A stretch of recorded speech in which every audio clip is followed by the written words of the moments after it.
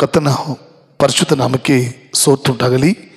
ಪ್ರೀತಿಯ ದೇವರ ಮಕ್ಕಳೇ, ಮತ್ತೆ ಈ ಡೈಲಿ ನ್ಯೂಸ್ ಮೂಲಕ ನಿಮ್ಮನ್ನು ಸಂಧಿಸುವಂತೆ ಯೇಸು ಸ್ವಾಮಿ ಕೊಟ್ಟಂಥ ಈ ಮಹಾಕೃಪೆಗಾಗಿ ನಾನು ಕರ್ತನಿಗೆ ಸ್ತೋತ್ರ ಸಲ್ಲಿಸ್ತೇನೆ.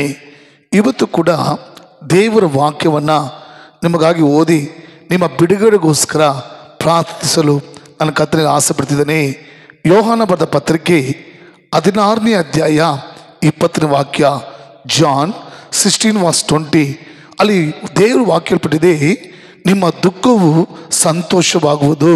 ಆಮೇನ್.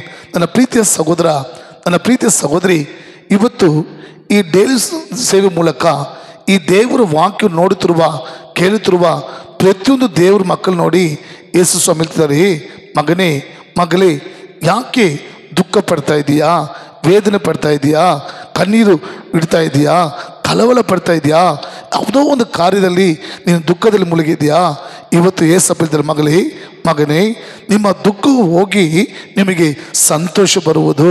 ಆಮೇಲೆ ಒಂದು ವೇಳೆ ನೀವು ಅಂದ್ಕೊಳ್ಬೋದು, ನನ್ನ ಜೀವನ ಪೂರ್ತಿ ಕಣ್ಣೀರಲ್ಲಿ, ದುಃಖದಲ್ಲಿ, ವೇದನೆಯಲ್ಲಿ, ಕಳವಳದಲ್ಲಿ ಜೀವಿಸಬೇಕಾ ಎಂಬುದಾಗಿ ಅಲ್ಲ. ಇವತ್ತು ಏಸಪ್ಪ ನಿಮ್ಮ ಜೀವಿತದಲ್ಲಿ ಒಂದು ಅದ್ಭುತವನ್ನು ಮಾಡಿ ನಿಮ್ಮ ದುಃಖವನ್ನು ನೀಗಿಸಿ ನಿಮಗೆ ಸಂತೋಷವನ್ನು ಉಂಟು ಮಾಡಿದ್ದಾರೆ.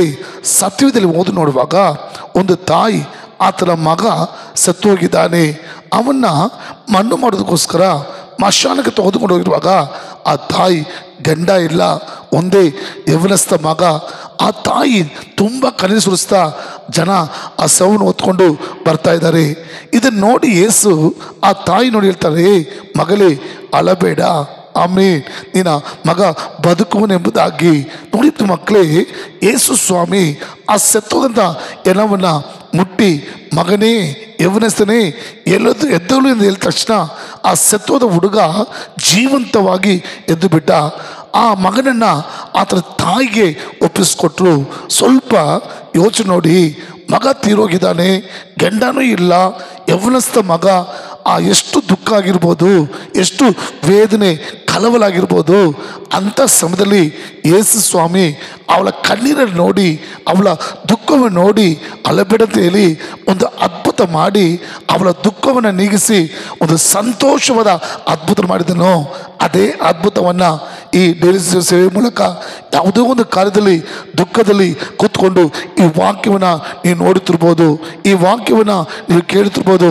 ಇವತ್ತು ಏಸಪ್ಪ ನಿಮ್ಮ ಜೀವಿತದಲ್ಲಿ ಒಂದು ಅದ್ಭುತವನ್ನು ಮಾಡಿ ನಿಮ್ಮ ಜೀವಿತದಂಥ ಎಲ್ಲ ದುಃಖ, ವೇದನೆ, ಕಣ್ಣೀರು, ಕಳವಳ ನೀಗಿಸಿ ಒಂದು ಅದ್ಭುತ ಮಾಡಿ ನಿಮ್ಮ ದುಃಖವನ್ನು ಸಂತೋಷವಾಗಿ ಮಾರ್ಪಿಸಿದ್ದಾರೆ.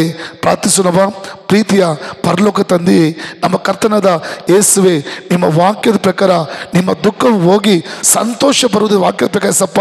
ಇದು ಈ ಡೇಸ್ ಮೂಲಕ ಯಾರ್ಯಾರು ಕಣ್ಣೀರಲ್ಲಿ, ದುಃಖದಲ್ಲಿ, ವೇದನೆಯಲ್ಲಿ, ಕಳವದಲ್ಲಿ ಮುಗಿದಾರೋ ಸಪ್ಪ, ಅವ್ರ ದುಃಖಗಳ ಯೇಸು ಕ್ರಿಸ್ತುವಿನ ನಾಮದಲ್ಲಿ ನೀಗಲ್ಪಟ್ಟು ಅದು ಸಂತೋಷವಾಗಿ ಮಾರುವಂತೆ ಅವರ ಜೀವಿತದಲ್ಲಿ ಒಂದು ಅದ್ಭುತ ನಡಿಬೇಕು ಪ್ರಾರ್ಥಿಸಪ್ಪ.